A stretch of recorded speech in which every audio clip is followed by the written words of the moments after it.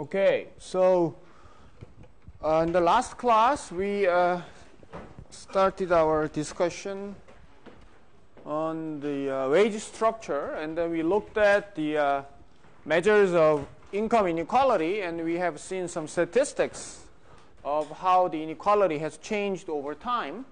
And what we saw was basically in Korea, but not only in Korea, in many developed countries, income inequality has increased, okay, for the most of, let's say, recent years. And so we are now, today, we're going to talk about what explains that increasing inequality. And the basic idea coming from this diagram, we discussed this briefly, just reminding you that during the recent years, the supply of high-skilled workers relative to low-skilled workers has increased. So if the demand has not changed, it should have decreased income inequality. But in reality, the income inequality has worsened, so it should mean that demand should have increased for the relative demand for high-skilled workers should have increased over time. Okay, that's the idea. So lots of theories that try to explain the income inequality looks at the relative demand side. Okay, so we will look at some leading explanations one by one today. First explanation, okay, is the called, it's very well-known term, skill-biased technological change. People actually often use acronym SBTC, skill-biased technological change. This is a very well-known term nowadays, so people start using the acronyms SBTC. Okay, so what does it mean by skill-biased technological change? It basically means that technology has changed over time, let's say for the past 20, 30 years. Okay? And this technological change was not neutral regarding the worker's skill level.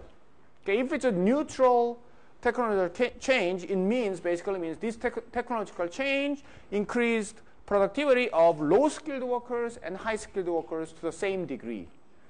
We call it the neutral technological change. So it does not favor any group. Okay? So it applies equally to all the skill groups. But the skill-biased technological change, which, as the name suggests, this technological change was biased, not neutral, and biased, favoring skilled workers over unskilled workers. Okay? So it basically means that this technological change has increased skilled workers' productivity relative to the unskilled workers' productivity. Okay? That's the basic idea. And let's see how it affects inequality. Actually, the idea is, in a way, it's very straightforward. Okay? So let's think of the production function, okay, as function of two inputs. So we have subscript H, subscript L. So H just means high-skilled. L means low-skilled. Okay? So high-skilled, you can say like a university degree workers, and low-skilled is below university. Okay, let's say high school diploma only. Okay, and in this production function, we usually use like a labor input, capital input, like. But in this case, we just forget about capital. We just use two labor inputs. Okay, but the labor input, we decompose labor input into two parts. Okay? One part is A part. The other is N part. A is just efficiency per unit, so which means that how efficient each worker is. Okay, so you can say it's like productivity. Okay, and N is the number of workers. So AH times NH, the total efficiency unit input. So we just don't count it using only the numbers. We use the efficiency units. Okay. So each worker has its own efficiency unit, and we just think of input as the input of efficiency units. So as you can see, AH, NH is just the total labor input, okay, measured by efficiency unit of high-skilled workers. And the second part is the total labor input measured by efficiency unit of low-skilled workers. Okay, get it? That's a very simple idea. Actually, this efficiency unit idea is used quite often in labor economics and actually in macroeconomics also. Okay, so we use like a labor input of high-skilled workers, LH usually, but it's decomposed into A and N, and LL is a low-skilled workers' labor input, and it is decomposed into A and N as well. Okay, so effective, we can call it effective high-skilled labor input or effective low-skilled labor input.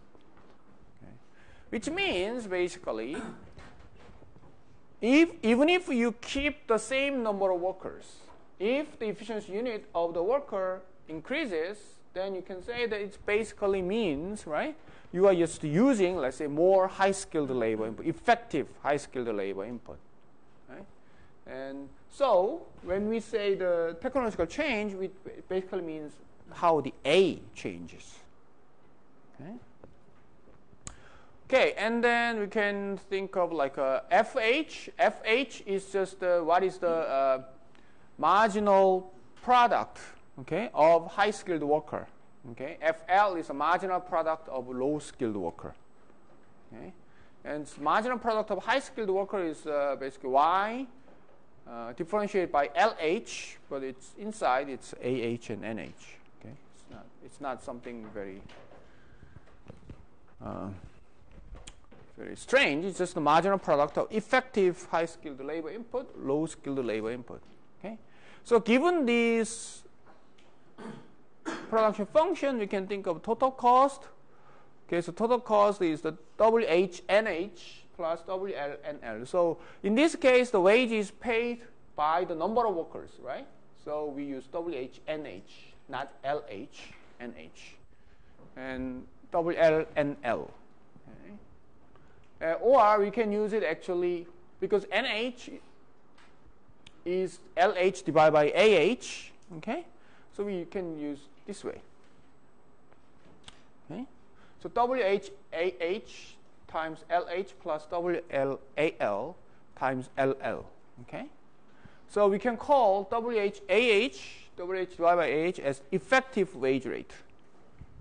Okay, so WLAL is effective wage rate for low-skilled workers. So this is wage rate per unit of efficiency. Okay? It's not the number of by the number of people. It's a wage per number of people. This is wage per efficiency unit. Okay. So the idea, you think about it's really simple. If high-skilled workers becomes more productive compared to low-skilled workers, what happens is effective wage rate just falls for high-skilled workers relative to low-skilled workers, right? So using the same number of workers, you can actually make more, okay? Because high-skilled workers are more productive. So even if, for example, even if the wage rate for high-skilled workers doesn't change, effectively actually it got cheaper, right? Because the same worker just produces more. So you can think this way: even if high-skilled workers' wage paid to worker increase, but it is quite possible that effective wage rate is actually lower if increase of high-skilled workers' productivity was large enough, right? You pay nominally more dollars to your high-skilled workers, but actually it may be cheaper, okay? Because let's say high-skilled workers became twice productive. Let's say you pay just 50% more. Basically means what? Actually, you are making, actually, it's a high-skilled workers are actually cheaper, right? Because they are twice productive, but you pay only 50% more. So that's the basic idea of skill bias technological change. So in terms of this cost minimizing decisions, WH divided by AH must WLAL should be. So this is just the the ratio of effective wage rate. This is a ratio of marginal product. So this is a basically same condition for cost minimization we have learned before. It's just a ratio of wage rate should be equal to the ratio of the marginal product, okay, of two inputs. But in this case, the ratio is just a number. The inside is a bit different, but the concepts are same. Okay. So in summary, it's basically a very simple idea. If technological progress increases AH over AL, so relative change has happened. So AH has increased. AL, let's say, didn't change, or AH has increased much more than AL. Okay, it is probably more probable scenario that it both increased, but AH has increased much faster than AL.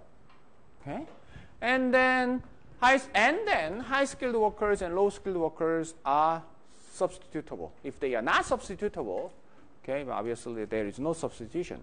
So if those two types of workers are substitutable, then what? The employer will substitute high-skilled labor for low-skilled labor. Okay? Why? Because high-skilled workers has become relatively cheaper in terms of their effective wage rate. Okay? Not in terms of their nominal wage rate per worker wage rate. We are talking about per efficiency unit wage rate. Okay? So that's the idea. So demand curve will shift to the right. Okay. So when you look at like that diagram, let's say demand, supply, right? So in here we have WH over WL. Okay. It's not by effective wage rate, it's just the wage paid to the worker, WH over WL. Okay. Now, so the NH over NL. Okay. So if the high-skilled workers become more productive relative to low-skilled workers, then demand for high-skilled workers will just shift to the right, okay, relative to low-skilled workers. So there may be a substitution. Okay, we are talking about actually basically a substitution. Okay.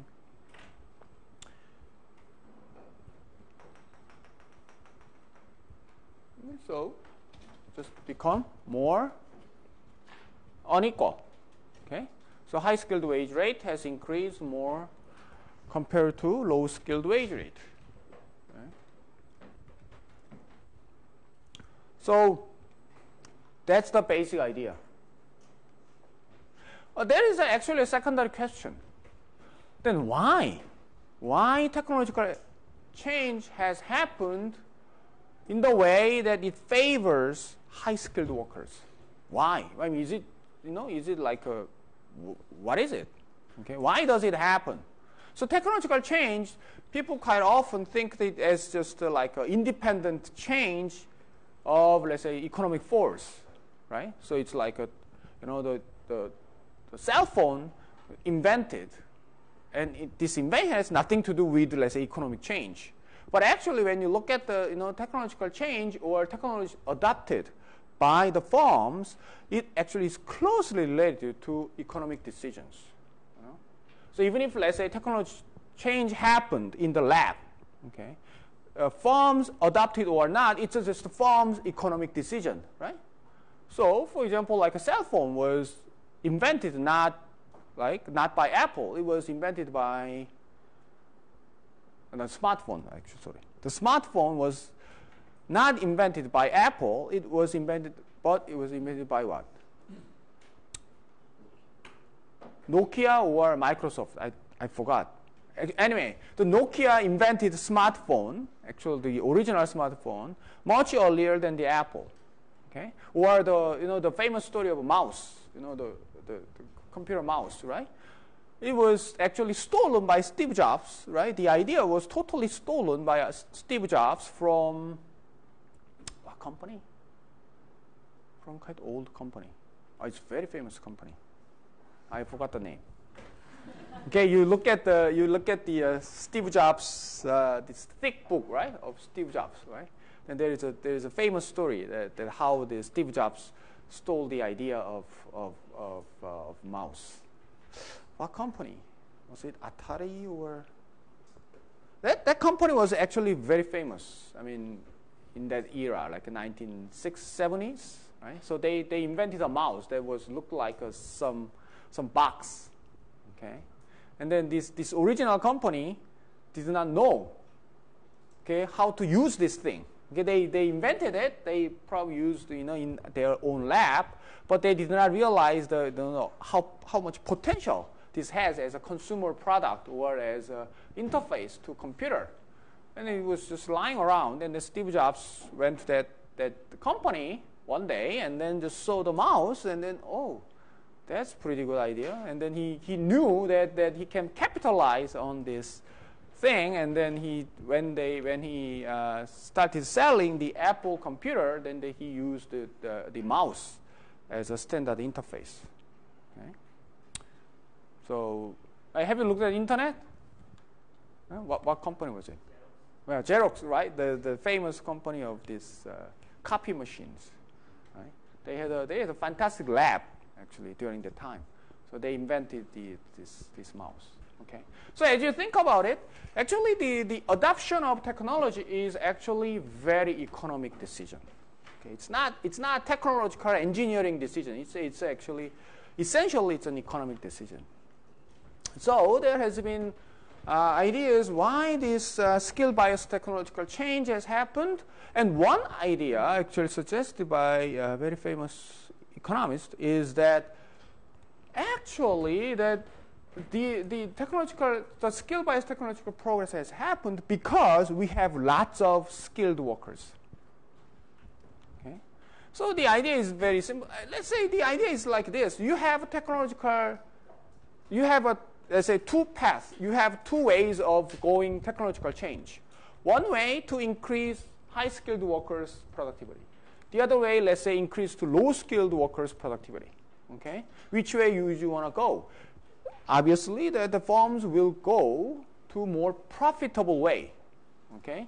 When does the high-skilled biotechnological progress gonna be productive? If you have lots of high-skilled workers. Okay? Then using this technology, you can increase large number of workers' productivity at the same time, right? That is obviously much better choice than making this technological change, and it's going to be used by only a handful of people.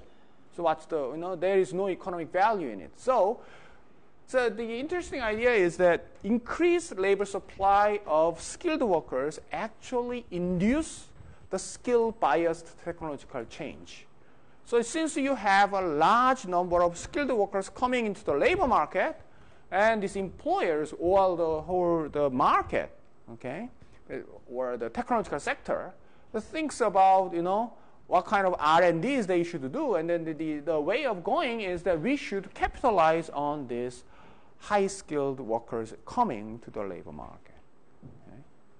So it's in a way that interestingly that more supply of high-skilled workers, in a way, encourages the employers to demand more high-skilled workers. Okay?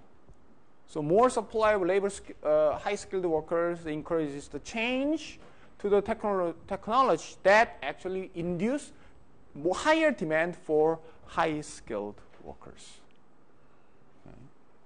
So more supply of high-skilled workers is a cause of increasing income inequality. Okay? So that's an interesting idea. Okay? So this is one theory that why the skill bias technological change has happened. Okay? So this is the very basic idea of SBTC. And when you look at empirically, so empirical evidence from OECD countries, one assumption that this SBTC works is the assumption that the skilled and unskilled workers are substitutes. If they are not substitutes, actually this SBTC shouldn't matter. But the empirical evidence turns out that they are indeed substitutes. Okay? So high-skilled workers become more productive than, they substitute low-skilled workers. Okay? And what kind of actual change? The change that people talk about is that computerization. Okay, so computer IT, ICT, people call it ICT, information and communication technology. ICT has been increasingly used in workplaces. Then how this ICT, okay, changes the workplace, and then they basically saying is that this ICT favors high-skilled workers relative to low-skilled workers. Okay. And actually, in olden days, like 1960s, 70s, the dominant technological change was mechanization and robotization. Okay, so they invent very new machines. Okay, they invent robots. So it basically changes the manufacturing industry. Basically, it looks totally different from, let's say, 50 years ago, 60 years ago, right? From let's say, early 20th century, it's totally different. So mechanization and robotization has actually increased. They say, people just think that they say it has increased actual productivity of low-skilled workers. Because low-skilled workers can work much more efficiently with the help of, let's say, machines. Okay, if you have like, much more better tools to make it, you can do things much more quickly, even if you don't have much skill, right? You know how to use, let's say, I don't know, electronic driver, right? Then you can make things, right? You think of making cars. What you have to do is just do this, right? You don't need a university degree to make a car, actually. Okay. Now, computerization is different because computerization makes the routine tasks done by humans, okay, is replaced by computers. Okay? So let's say you do like a calculations. Okay, let's say you are very good at calculating. I mean, actually, you don't need you don't need a person who can calculate well if you use computers. Okay, you don't need actually a secretary. Okay, for example. Okay, if you have a very good word processor, or something like that. Okay, and also at the end, like if you don't need like a low-level clocks. If you have very good computers, if you have Excel, right? You know how to use very well. Then actually you can get rid of lots of people working in the company. So what's the end? What's the end of this computerization? So computerization at the end will help people who will make decisions. Okay. So like upper level management or mid upper level management will be helped by computerizations because you can process information better. Okay. So you can make decisions much more quickly, much more efficiently. So these jobs are done by high-skilled workers. Okay. So no, you don't have to make cars, let's say, but let's say if you design a car, computer will help you a lot. If you don't have a computer, designing a car can be a very, very low productive way. But if you have a computer with fantastic, let's say, computer-aided design software and all those fancy softwares, I don't know what they use, but that will help, let's say, these engineers who design the car will make them much more productive, okay, compared to, let's say, the workers who make cars, actually. Okay? So that's the idea. So probably, if you think of Korea's case, it's probably true. Like up to, let's say, early 1990s, Korea was developing based on the manufacturing industry, like a heavy manufacturing industry. They, Koreans make cars and what did we make? Ships and the buildings and so stuff. Okay, So that may have helped. This mechanization and robotization may have helped Korea, okay, during the time. And since 1995, then Korea's economy has become more developed, and now the computers are heavily used. So in that sense, it probably can explain why, in early 1990s, that the income inequality has started increasing, and this has happened, for example, earlier in the U.S. than in Korea. So U.S. was leading, the country in the technological change. Probably adopted these more advanced technologies much faster than Korea. So the income inequality has increased much earlier time in the U.S. than in the Korea. So this computerization has been actually a topic of quite a few research about the income inequality, actually.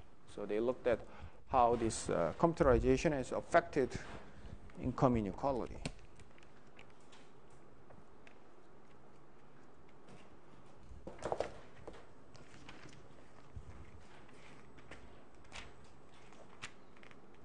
There is a very interesting, actually, argument about income inequality on page 303 of the textbook. So there is a box, the theories at work, computers, pencils, and the wage structure. Okay? So this talks about this computer. Okay? There is and some counter arguments. Okay? Okay, so that's one thing that we can, this skill-based technological progress has been used as one of the main leading explanations of this rising income inequality. Okay, then there are more explanations. Well, another explanation is the international trade. So international trade, why? Basically, there is a basic fact. International trade has increased over time throughout the world. Okay? So developed countries has much more trade with, let's say, developing countries. Okay? Compared to like 30 years ago, 40 years ago, the countries are engaging in much more international trade. Okay?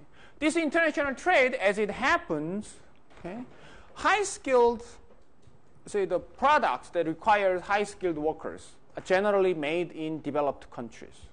Okay? And the products that require only, let's say, low-skilled workers, usually made in developing countries, and they trade each other. Okay? That's the usual, way of trading. And in international economics, there is a very well-known theory of, like, for example, like Samuelson's Torpor theorem or Heckscher-Ohlin. Those kind of things basically talk about comparative advantage and how this international trade will make the demand for production factors will change. So if I just summarize one of the theories, Torpor-Samuelson theorem is that if all goods are traded and the markets are perfectly competitive and technologies are constant returns to scale, and countries have access to the same technologies, okay, under these four assumptions, which are, each of them can be debated whether it actually holds in reality or not. But in this model, okay, basically the conclusion of this assumption is increased international trade with the country's relatively abundant supply of unskilled workers, increase the demand for skilled workers in this country because of comparative advantage. Okay? So, as you know about the international trade, the basic idea of international trade is based on specialization by comparative advantage. Then what kind of comparative advantage you can get? You will get comparative advantage if you utilize the resources you have a lot, okay, relative to the other country you are trading with. Let's say you are the U.S. Let's say the other country is China. U.S. relative to China, they have lots of high-skilled workers. Relative, basically, it's not comparative advantage. Everything is comparative, right? So the U.S. has abundant supply of high-skilled workers, relatively. China has abundant supply of low-skilled workers. Then if you start trading, what should you do? The US should specialize in making products that use high-skilled workers.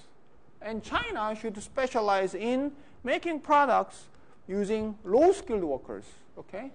That will benefit both sides.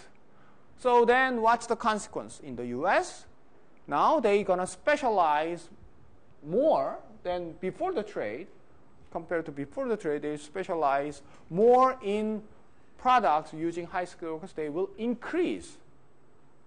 The firms will increase demand for high-skilled workers. And in China, they will increase the demand for low-skilled workers. Okay? So what then? Okay? Demand will shift to the right in the US, for example.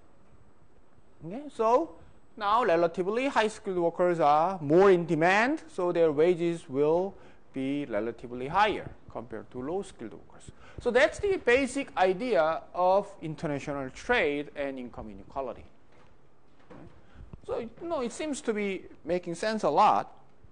So there has been lots of actual studies about it. Actually, it has a quite long history, because in the US they noticed this increasing income inequality in early 1990s, because the trend has started in around 1980.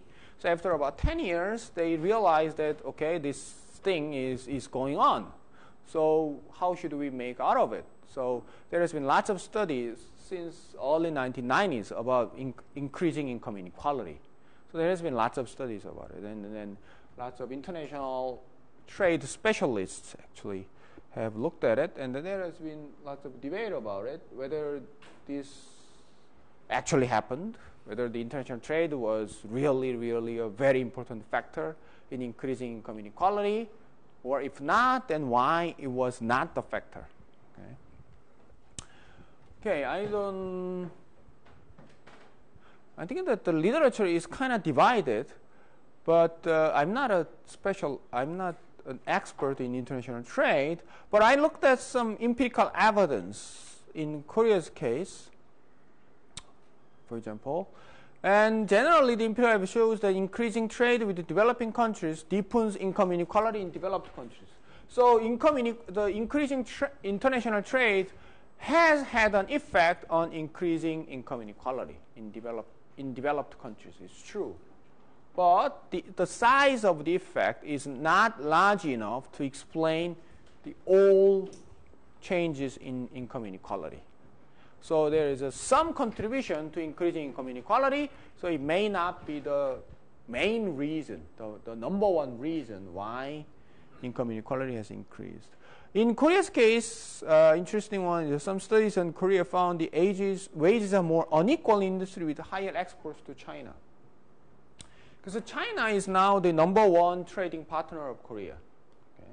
And this increasing trade with China has actually started in early 1990s. Okay? Before I think 1990, Korea and China was not on diplomatic, they did not have any diplomatic tie, right? So they normalized the diplomatic tie, and then they started trading only in 1990s. Okay? And now it's like China is the number one trading partner. Okay? And generally lots of low-skilled products are coming to Korea from China, actually. It's true. So that should have an impact. And then some studies looked at it, and there is likely to be some impacts. Okay. So in summary, the international trade can explain some increasing inequality, some of the increasing inequality, but not the main one. Okay. Okay.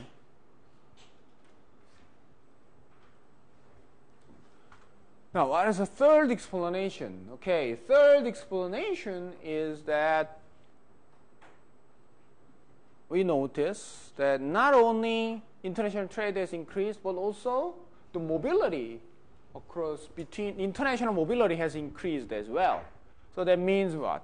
More people has been coming to, let's say, more people from developing countries has been coming to developed countries to work there. Okay, so then may contribute to increasing inequality, because the very simple idea is that, let's say, if you assume that the workers who are coming to work in developed countries from, let's say, more from mostly developing countries, they are, let's say, low-skilled workers. Okay? So they are substitutes to low-skilled workers, native low-skilled workers. Okay? And so let's say this is before the immigration. Okay, then you have a market equilibrium at point A, so this is a low-skilled wage before immigration. Okay, and low-skilled workers, number of low-skilled workers working. Now you have, let's say, low-skilled workers, low-skilled immigrants. So it will shift the labor supply curve to the right. Okay? So the equilibrium point will change from A to D. Okay? So what happens? Low-skilled wage will fall from W0 to W1. Okay? And then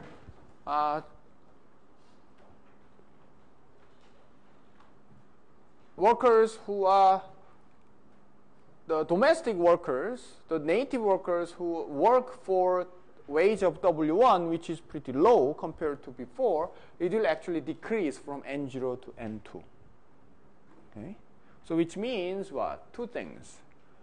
Native low-skilled wage will decrease because of substitution, and the low-skilled workers who are employed in this market, the native low-skilled workers, the employment will decrease.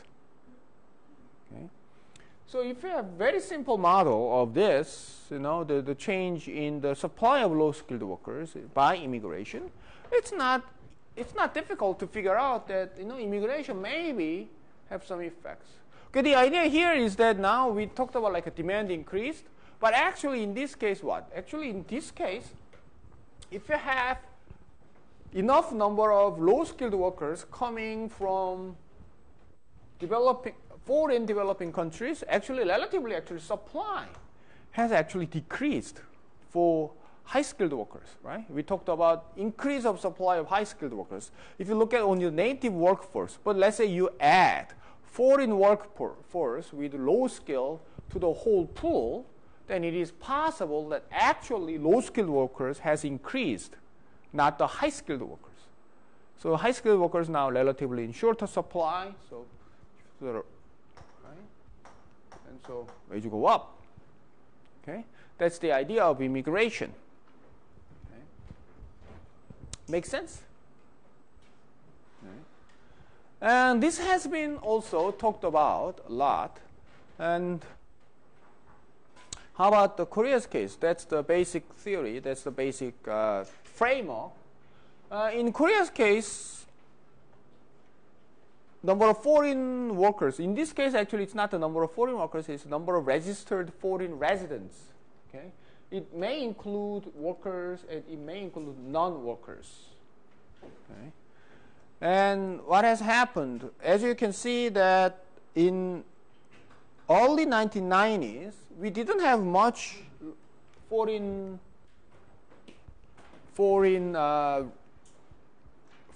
living in Korea. Okay, living in Korea, actually, I think it's defined as more than 90 days. Staying in Korea for more than 90 days. Okay. Usually, if you have a visa coming to Korea, then you should leave within 90 days. If you have just, let's say you have a tourist visa, it's usually maximum 90 days. Actually, it's mostly true in most countries. If you go to foreign country with just a tourist visa, or Koreans can enter almost any country without any visa. If you go there, usually you can stay up to 90 days. If you overstay, actually you can be charged, as the violation of immigration law. But in Korea's case, it's the same. So they define the registered foreign residents who have visa to stay more than 90 days in Korea. So the number in early 1990s was very small. It's like 100,000 or less. Okay, And over time it has increased, so but it has really increased in 2000s. Okay? And especially that this recent years has increased a lot since 2006, 2007, and now we have around actually close to 1 million registered foreigners living in Korea. Who are they? Lots of women are actually those who married Korean men. Okay, a lot of women. But also, a lot of men, most men are working here, actually, usually. They are here for work, most men. And what is interesting about these numbers are, why this increased suddenly? Because the Korean government has started since 2007, what is it? It's like they started to give 5-year visa to Korean descendants living in foreign countries. So a lot of them live in China, close to North Korea region, okay, and Russia. Quite some work in Russia, right? Because in early 20th century, lots of Koreans actually moved to China or Russia close to Korean border, and then they stay there, right? So their descendants are living there. And since 2007, actually, Korea has started issuing 5-year work visa for those descendants. And it basically increased the number of foreign workers, foreign residents living in Korea.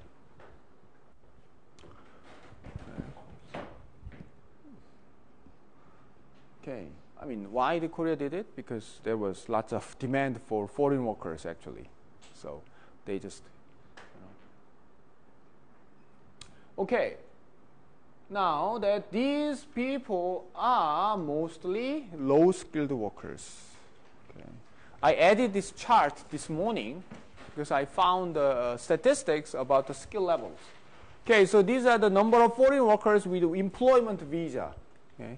These people has employment visa and other visas. Like if you are married to Korean, you don't have employment visa. You have different type of visa. So this is strictly for employment visa. And this is 1,000. So this is about 600,000. Okay, the total. It's 1,000. Okay. It's not 600. It's a 600,000. And this yellow one, high skill. So there are two types of. Actually, there are many types of employment visa. Actually, they have a subcategory of employment visa according to the occupations they have. And some occupations are considered to be high skilled, including like lecturers, right? You have like a special skills, like you have, let's say you are a dancer. You have this specialist visa. Like you have, if you work in, let's say, like English tutoring, okay, in the 학원, they are actually considered specialists. So they have different visa. And these blue ones are the low-skilled workers. Okay? If you work here as a laborer or a factory worker or as like a waiter, waitress, you will get this visa. As you can see, that the work visa in Korea, 90% of them are for low-skilled jobs. Okay, that means something like this, right?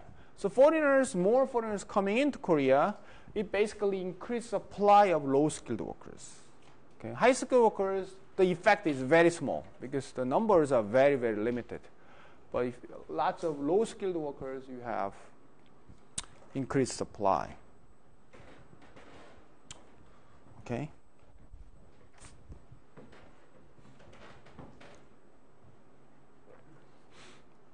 So it seems like a pretty,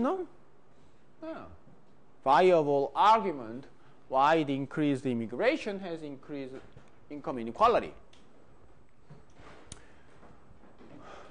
But there are problems here. One, what is it? One is that, this is a little deeper idea. This idea is that actually we have international trade. Okay?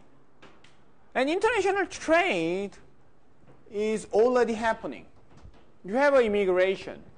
Immigration, in a way, it's very close to international trade. Okay? So you can just trade goods or trade people. At the end, it shouldn't actually matter much. So since the Korea has lots of international trade, even if you have immigration, the additional effect of immigration should not be really big. Okay? So since the economy is already quite open, okay? So the international trade, immigration, the additional effect of immigration trade cannot be that large. Okay? And since if you think about it, if you think of the world as a whole, one whole economy that's just a trade between sectors, like we have Korea and China, okay? Let's say you engaging in international trade and as well as, let's say, the exchange of people. What it matters is not where people live, but actually what it matters is the global labor force composition, in this whole world, right? Think of, Korea as one country, right?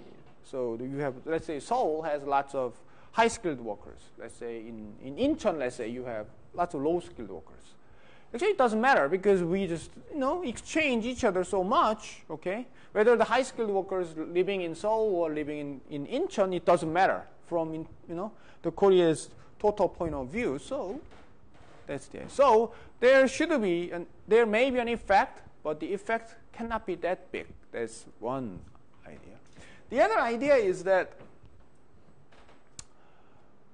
if the low-skilled, now that we have a lot of low-skilled immigrants coming into Korea, let's say coming into US, for example, and as the time goes, technological change will happen to favor low-skilled workers, right? It's the same argument. We have a lot of high-skilled workers. Technological change will happen to favor high-skilled.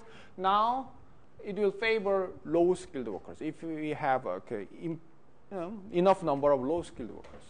So it can actually. So this is like a opposite of SBTC. It's like a low-skill biased technological change. If that happens, then what? Then actually the effect of immigration on wage inequality will not be that big. Because relatively now, the low-skilled workers' wage will increase because they become more productive. Okay? So in total, immigration is not likely to have big impact on the income inequality. Okay? So there has been interesting studies about it. I don't think we have much study in Korea. Actually, the Korea's case is a bit worse because we don't have very good data about foreign workers working in Korea. Actually, the Korean Statistical Office do collect information on foreign workers, but they started it only recently. Okay, so if we talk about the official statistics of Korean workforce, it generally excludes foreign workers. Okay, it's very difficult to survey them. One reason is that the Korea's labor force statistics coming from the monthly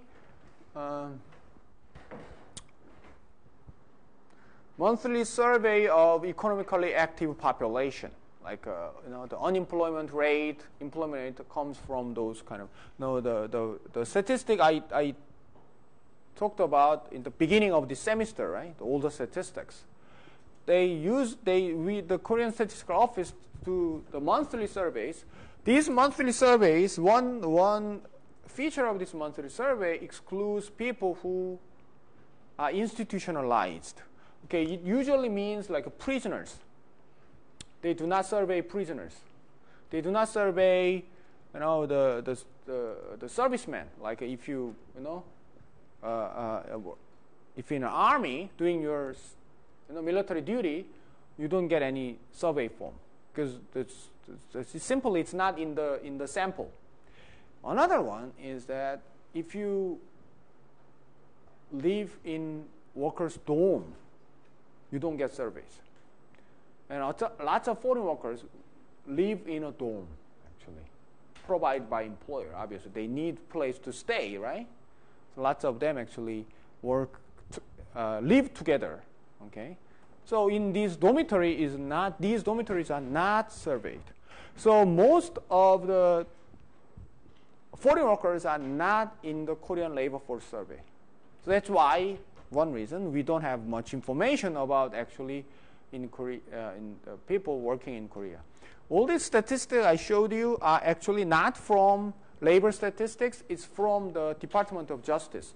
Department of Justice collects information on people coming into Korea and going out of Korea. Okay, they have like a visa information. They have how many people actually, came and registered as foreigners. So they know the numbers because it's the immigration control. So we have immigration control data, but we don't have much data on how they actually live, how much they make, okay, how they actually work. Okay. So, but now the Korea is doing it slowly. Okay, so we did it only recently. So as the year goes, we probably will have better information, and then we will see how the immigration has any effect in Korea. From the U.S., since they have long history of immigration, so they have pretty influential studies about this effect, and the results are in one word, mixed. Some studies say that the effect was insignificant. Some studies say that the effect was significant. So if you look at the textbook section 4-5, so you're going back to chapter 4, and there is a section of 4-5. Some of the materials in 4-5 I discussed in class, but lots of materials I didn't discuss because these 4-5, a lot of materials are coming from the U.S. Experience. Since we are not that familiar with the U.S. experience, I just skipped it, but it's very interesting reading about how they studied the effect of immigration on, for example, wage inequality. Okay. And this author of our textbook, Bohars, as I told you, it's a leading expert on immigration issues. So he wrote a very good section, very good chapter about this. Okay. So in summary, the immigration of low-skilled workers can have effects on income inequality. And there has been some studies, in the US at least, that it did have impact. But there are studies that say that it did not have much impact.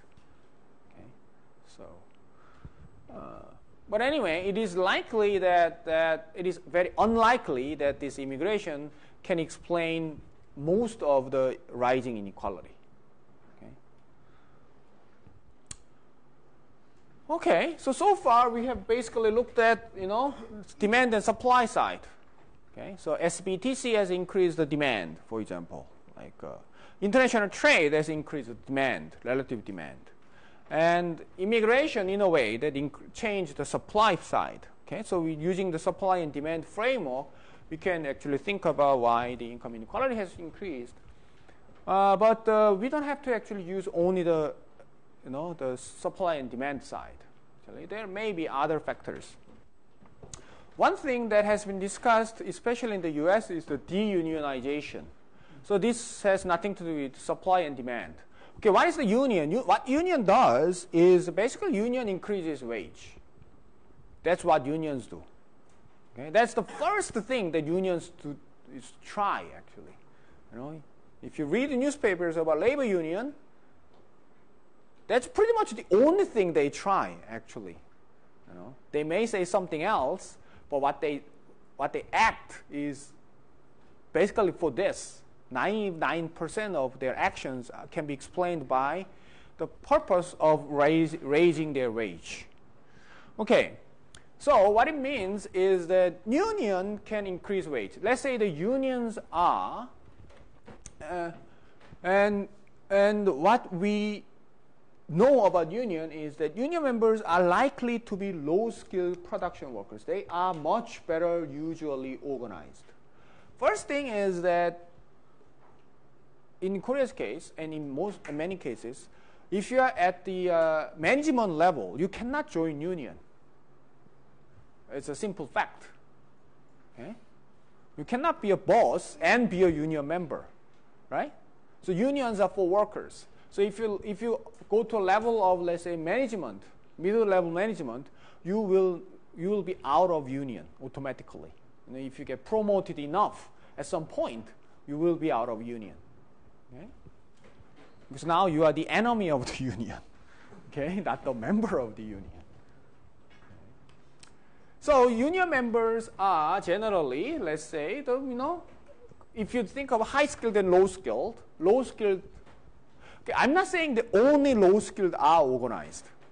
Okay, what I'm saying is that low skilled workers are more likely to be organized by union than high skilled workers. That has been true, at least traditionally.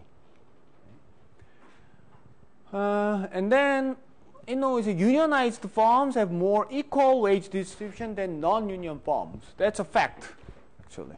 It's a very well-known fact. If you look at the unionized firm and non-unionized firm, unionized firms' wages are much more equal. Why? Because unions generally try to equalize wage. Why? I mean, there has been theories why the unions try to equalize wage. Obviously, union members do not get the same wage, right? Union members do have different wage levels. But generally, the difference is much smaller. Why? One explanation is from political economy. It's like from voting. The reason is that, to be a union leader, you need votes from union members. Okay, so you know the median voter theorem, right? So to win the vote, you have to get at least a median or higher than median. So who are the median workers? Median workers are likely to be low-skilled workers. Okay, so to win the vote of your union members, you should make them happy. How do you make them happy? Make income wage distribution within your union firm more equal. If you make it more unequal, obviously these people who are at the bottom will be very unhappy, right? So it's much more difficult to win the union votes. Okay? But anyway, for whatever the reason, there are other theories. For whatever the reason, union firms are more equal in terms of their wage distribution than non-union. There are other theories because union firms generally restrict how the management actually give the compensations. So if you're a union firm, for the non-union firm may give like a big bonuses based on their performance. But unions usually do not like performance-based bonus. Okay? They generally like, let's share. Okay? So whatever the reason, the union has more equal income distribution.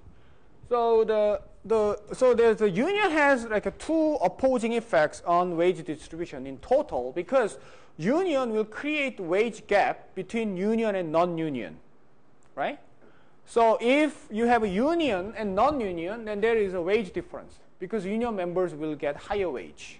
So actually it can make income distribution more unequal because unions will get higher wage, non-unions will get lower wage. Everything else equal. Actually, we will talk about union much more detail in a few weeks when we discuss our unions, but just make it in advance. But the other effect is that within unions, income distribution will be more equal than non-union firms. So the two effects, so when you add them together, the economists found out actually the equalizing effect of union dominates non-equalizing effect of union. So you add them up, then unions do equalize wage distribution in whole economy. So the theory goes, if the union gets weaker, so the unions just disappear, then what happens? Income inequality will increase. Okay? So that's the idea of deunionization. Okay, so I didn't show the unions. Do they have unions in here?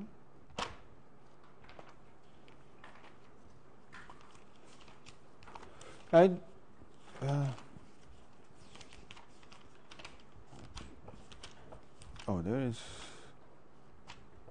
Okay. In the US case, deunionization happened around 1980, conveniently. Because 1980 was the year that income inequality has started increasing, and that's the year that the union has become weaker and weaker. How about in Korea? Korea's union is not very strong in the first place, actually. During 1980s, right, it was around 20%, actually. So it means 1 out of 5 workers who are candidates for unions were only 1 out of 5 were in the union. 4 out of 5 were not in the union. And then there has been some increase of unionization because in 1987 there was a huge change in Korean politics, the democratization. So that helped the union to organize more. But when it reaches like early 1990s, it has been decreasing, basically. And now it's, I think now it's around settled around 10%. Okay? So only 1 out of 10 workers in Korea in the union. Why? One reason is that now the Korea's union are mostly exist in large corporations. If you go to small companies, there is no union. If you're like 100 people, there are not much of union. Most of the unions are in large corporations.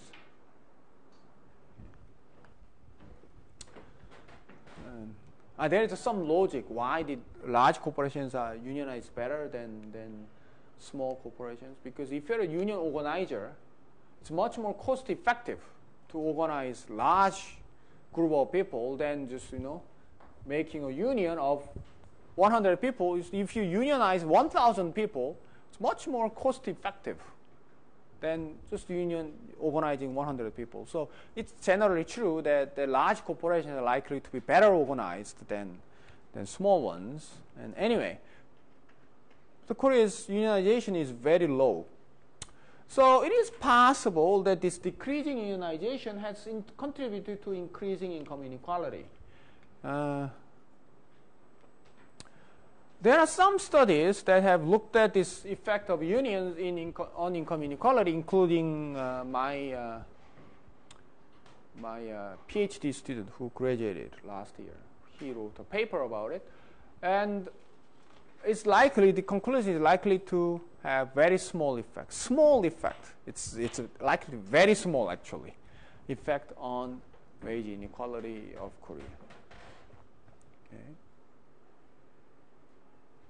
Okay, now if I summarize what we have discussed today is that there are a bunch of explanations, right? We have skill bias technological change, SBTC, right? And then we have like a trade, okay? We have immigration.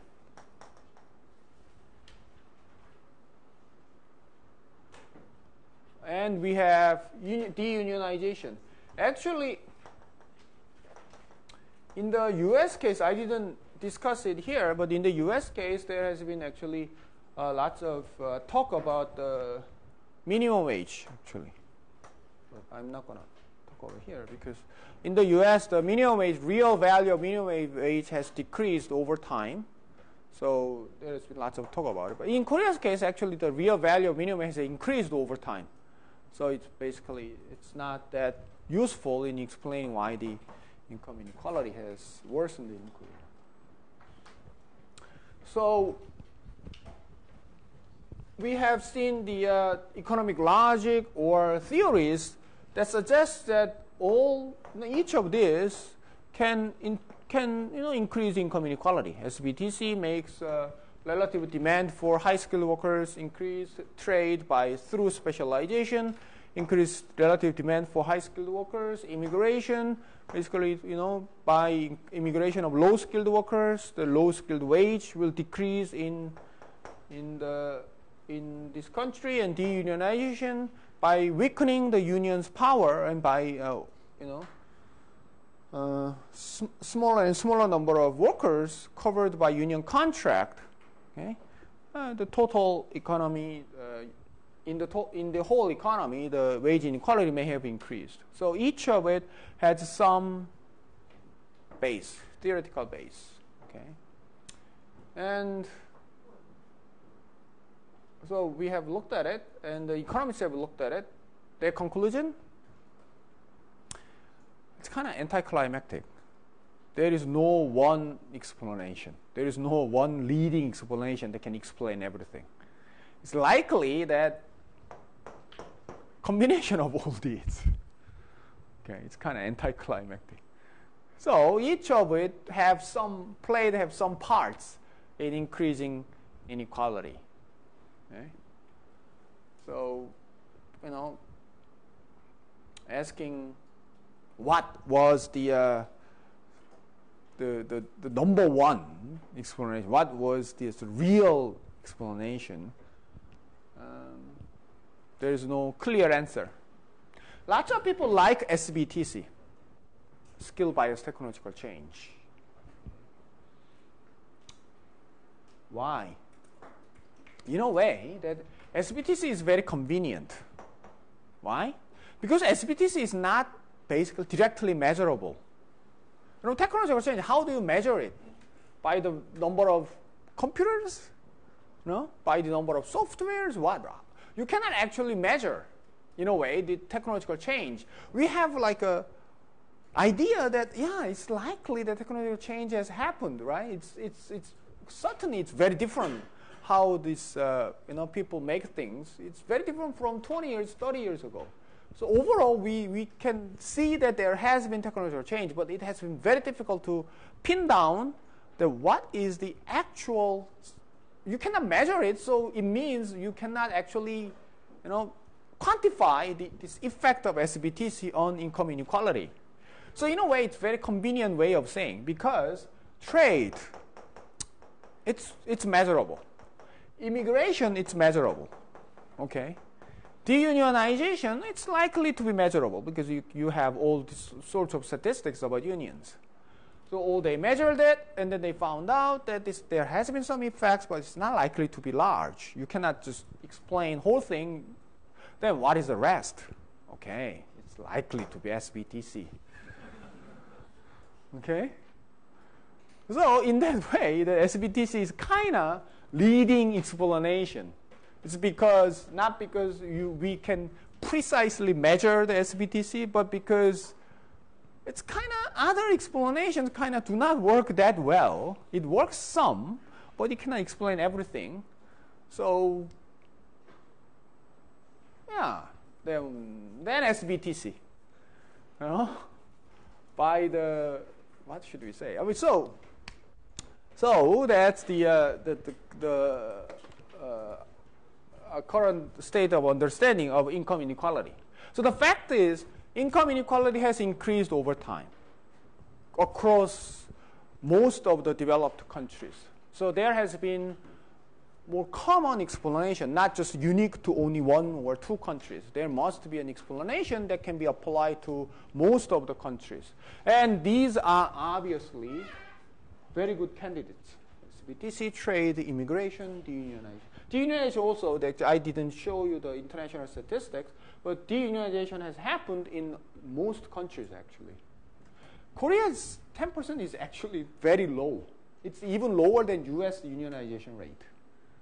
Okay. But anyway, if you look at the international, I think I will show you when we learn about unions a few weeks later, but the deunionization has happened across countries. So these are pretty good candidates, but in a way that we do not know, so we tentatively say that probably each of them has played some part. Okay, and that is generally what it says in the, for example, like page 304, right? There is a section, small section about prior problems with the existing explanations. Okay, so there has been more talk about it. Okay.